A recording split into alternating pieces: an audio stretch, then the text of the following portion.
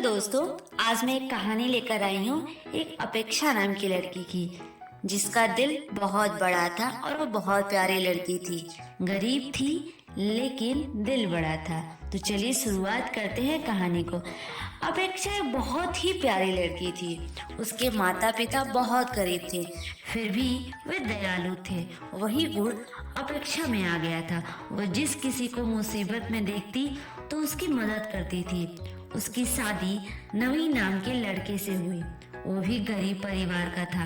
नवीन और उसके माता पिता सभी लोग मजदूरी करने जाते थे और उसी से उनकी गुजारा होता था।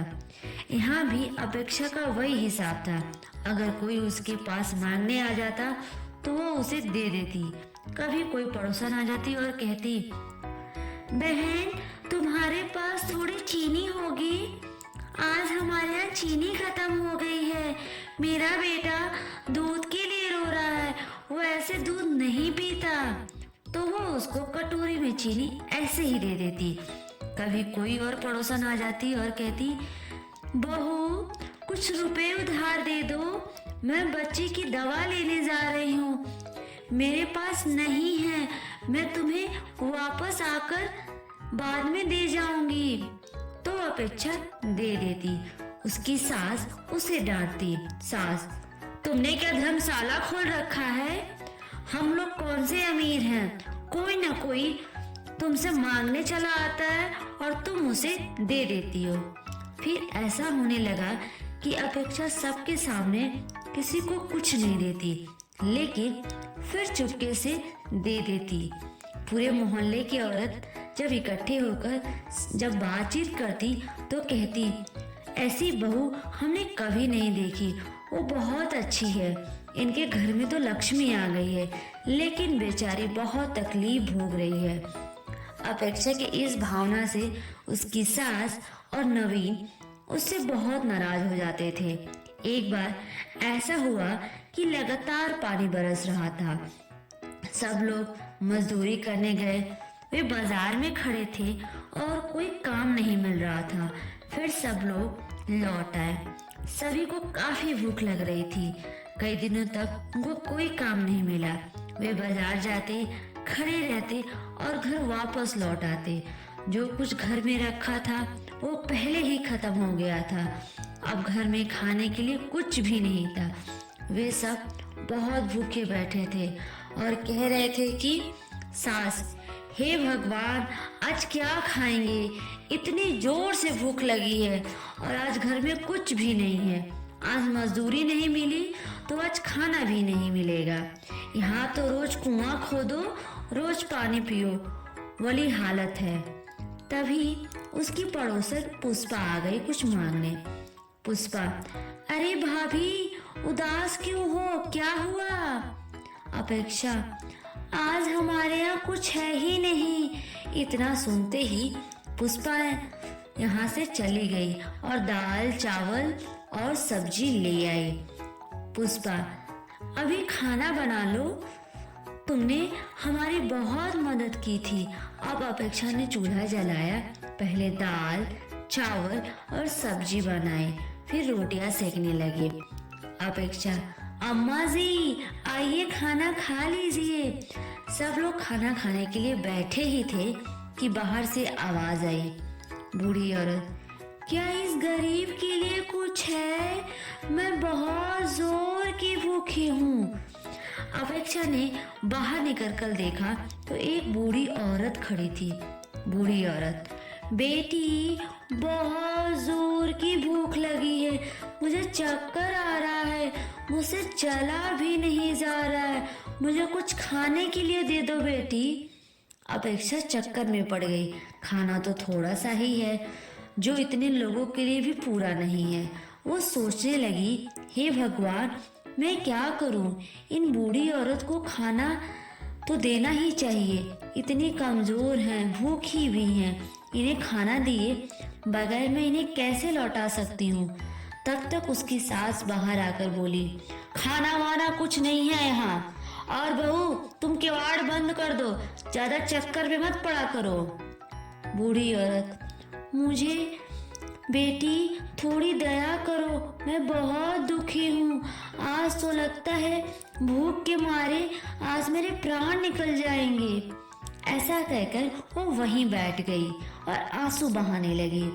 अपेक्षा दौड़कर आई और अपने सास से बोली, अपेक्षा, अम्मा उन्हें खाना दे दो, वो बहुत भूखी हैं, कहीं ऐसा ना हो कि उन्हें कुछ हो जाए। अपेक्षा की सास ने उन्हें डांट लगाया, सास, हमारी तुम्हें परवाह नहीं है, और वो भिखारन कहाँ से चली आई तो उसकी इतनी परवाह है। अपेक्षा, पर अम्मा जरा सोचो, हम भी तो 2 दिन हो गए कुछ नहीं खाया है, हमको भी तो चक्कर आ रहा है। अपेक्षा ने बाहर देखा तो वो बूढ़ी महिला बाहर बैठकर रो रही थी। अब अपेक्षा से नहीं रहा गया। अपेक्षा, अब चाहे जो हो जाए मैं बूढ़ी औरत को खाना जरूर खिलाऊंगी। वो थाली में खाना परोस कर ले आई और बूढ़ी औरत को दे दिया। वो औरत बहुत खुश हो गई और खाने लगी। बूढ़ी औरत, खाना बहुत स्वादिष्ट है, तुमने खाना बहुत अच्छा बनाया है, तुम बहुत सुखी रहोगी, और खाना ले आओ बेटी। अपेक्षा और खाना परोस कर ले आई। बूढ़ी महिला को पता नहीं कि कितनी भूख लगी थी, खाना खाती ही जा रही थी और मांगती ही जा रही थी, और खाना ले आओ, और खाना ले आओ।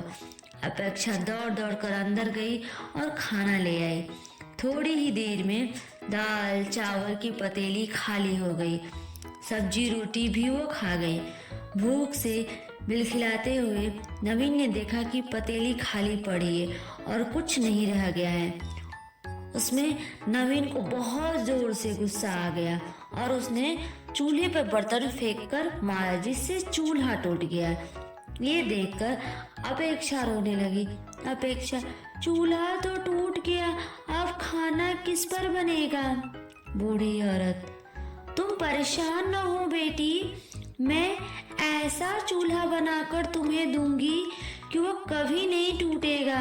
उस पर खूब खाना बनाना, कोई भूखा आए तो उसे भी खिलाना।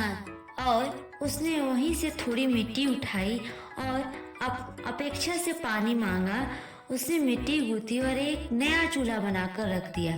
बूढ़ी औरत, बेटी उस चूल्हे पर खाना बनाओगी ना, मुझ तो याद करोगी, तुम्हें यहाँ कुछ नहीं है, तुम जिस चीज को बनाना चाहो उसका नाम लेकर इस पतीली पर रख देना। ऐसा कहकर वहां से चली गई। अपेक्षा पतीली चूल्हे पर रखती है। अपेक्षा, मैं तो दाल बनाने वाली थी। चूल्हे में लकड़ी अपने आप जलने लगी और खाली पतीली में दाल भर भर कर उबलने लगी। अब तो अपेक्षा बहुत खुश हो गई। 1 मिनट में पतीली में दाल अपने आप बन गई। उसने दूसरी पतीली चढ़ा दी और बोली, अपेक्षा, मैं तो चावल बनाऊंगी। देर नहीं लगी और चावल भी बन गई। अब तो अपेक्षा जिस चीज को बनाना चाहती उसी का बस नाम लेती, तब वो चीज बन जाती।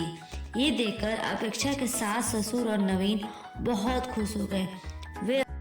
वे अपेक्षा की प्रशंसा करने लगे। अब सभी लोग खा रहे थे। जिसको जो भी खाने की इच्छा होती वह उसी पकवान का नाम लेता और अपेक्षा उसे बना देती। अब अपेक्षा की सब लोग बहुत इज्जत करते थे। अब घर का काया कल्प ही पलट गया था। इतने में बाहर से आवाज आती है, बेटी मुझ पर थोड़ी दया करो, मैं बहुत दुखी हूँ। आज तो लगता है भूख के मारे आज मेरे प्राण निकल जाएंगे। ऐसा सुनकर सभी घर वाले खुश होते हैं और अपेक्षा हमेशा की तरह उस मांगने वाले को खाना परोस के दे देती है।